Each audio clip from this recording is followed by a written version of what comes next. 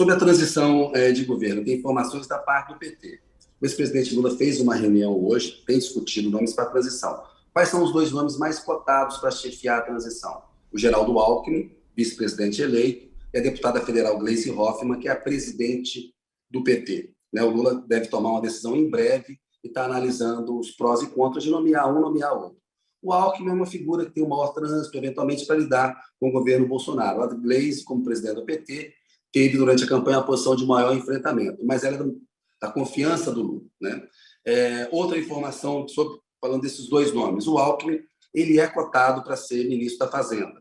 Tem dentro do PT uma ala que acha que o Alckmin poderia ser o melhor nome para poder reunir uma equipe diversa no Ministério da Fazenda e seria um nome muito bem aceito pelo mercado e numa situação de crise fiscal e dificuldade econômica como o Lula vai pegar no começo do governo, faria todo sentido. A gente tem que lembrar, se o Alckmin foi indicado para coordenar a transição, em 2002 o Palocci foi indicado para coordenar a transição e virou ministro da Fazenda. O José Dirceu era o presidente do PT, não foi o coordenador geral da transição, foi o coordenador político. Então, essa definição do Lula, se Alckmin ou Gleisi, será importante, e o Alckmin é cotado, sim, para ser ministro da Fazenda.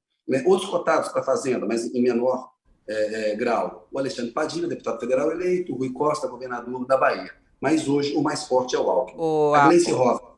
Kennedy, só nesse ponto do Alckmin, que eu acho muito interessante, eu lembrei de uma fala de Lula na entrevista a você aqui no UOL, e ele dizia, quando perguntaram sobre o ministro da Fazenda, e ele dizia que teria que ter também um conteúdo político, você lembra? E é muito curioso isso, para ter esse diálogo. E o Alckmin é bem esse perfil também, né? Coincidências. O Alckmin tem um perfil de bom articulador político, como o Palocci tinha. O Alckmin é um médico, como o Palocci era. Né? E o Alckmin tem musculatura política para poder, eventualmente, negociar com o Congresso a reforma tributária. Então, eu acho que hoje o nome mais cotado para a Fazenda é o do Alckmin. Isso aí, eu acho que é a notícia de hoje. Né? A gente tem que acompanhar ao longo dos próximos dias. O Lula está discutindo, mas é o mais cotado. A Gleisi Hoffmann está fortemente cotada para ser chefe da Casa Civil, ser uma espécie de Dilma do Lula, como a Dilma foi nos mandatos do Lula. O Lula confia muito na Gleisi Hoffmann, ela tem uma experiência administrativa muito forte, ela já foi chefe da Casa Civil, portanto, ela é um nome muito forte para ser, muito bem cotado para ser a chefe da Casa Civil.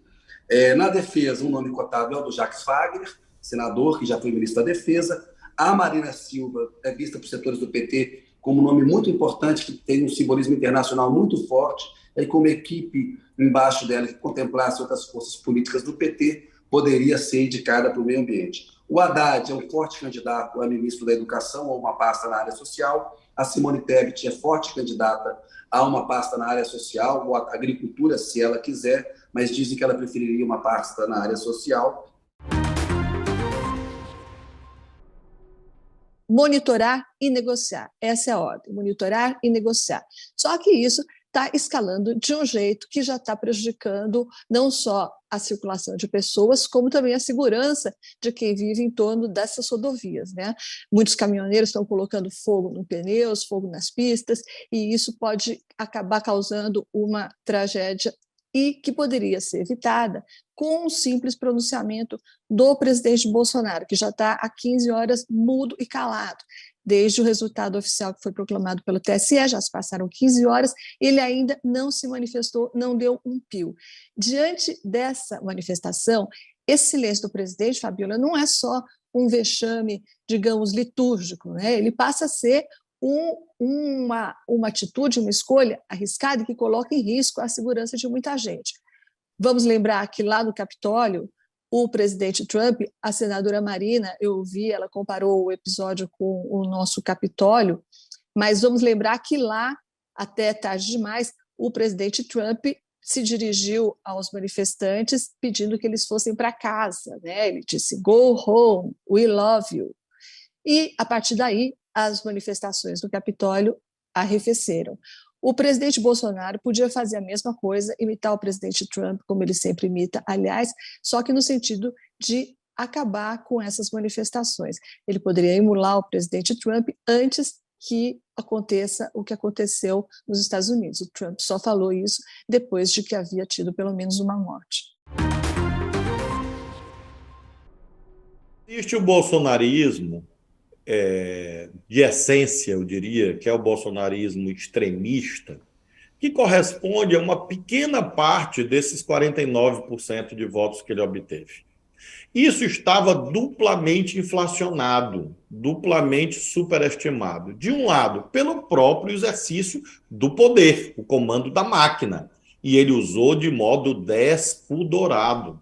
Eu diria que foi uma eleição das mais abusivas da história brasileira. Inclusive, eu fui juiz da Justiça Eleitoral e nunca vi certas coisas, como essas operações policiais de ocasião, como foram feitas no dia de ontem.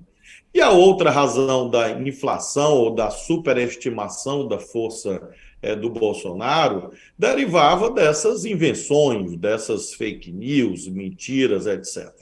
Eu diria, portanto, Fabíola, que a tendência é que o bolsonarismo volte ao seu real tamanho. É uma força que tem representatividade, não há dúvida, tem a sua legitimidade na medida em que não queira destruir a democracia, porém, ela não equivale a 49% da sociedade. É importante dizer isso com toda clareza, inclusive para negar certas análises que dizem assim, o país está dividido ao meio. Graças a Deus não está.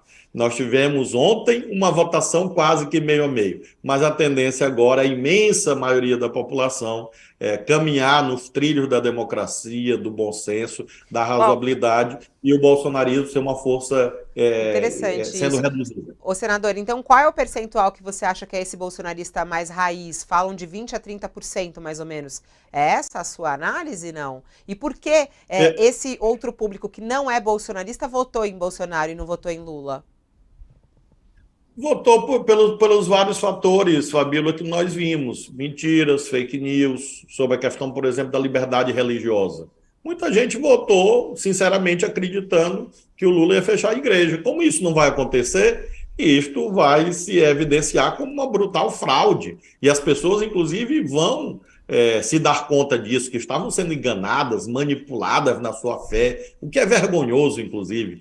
Então, havia esse território das fake news e havia também o uso da máquina. Pessoas foram impedidas de votar. Vamos lembrar disso. Isso não pode ser esquecido. E pessoas foram seduzidas por promessas, por exemplo, essas medidas dos últimos meses, né, que foram adotadas pelo Bolsonaro. Eu acredito, Fabíola, que isso aí dá em torno de 15%, 20%, não mais do que isso, né? Não mais do que 20%. A imensa maioria do povo brasileiro é trabalhadora, quer cumprir a lei, quer progredir, quer se desenvolver, quer paz. Então, vamos lidar aí com 15%, 20% desse bolsonarismo mais extremista. Qual?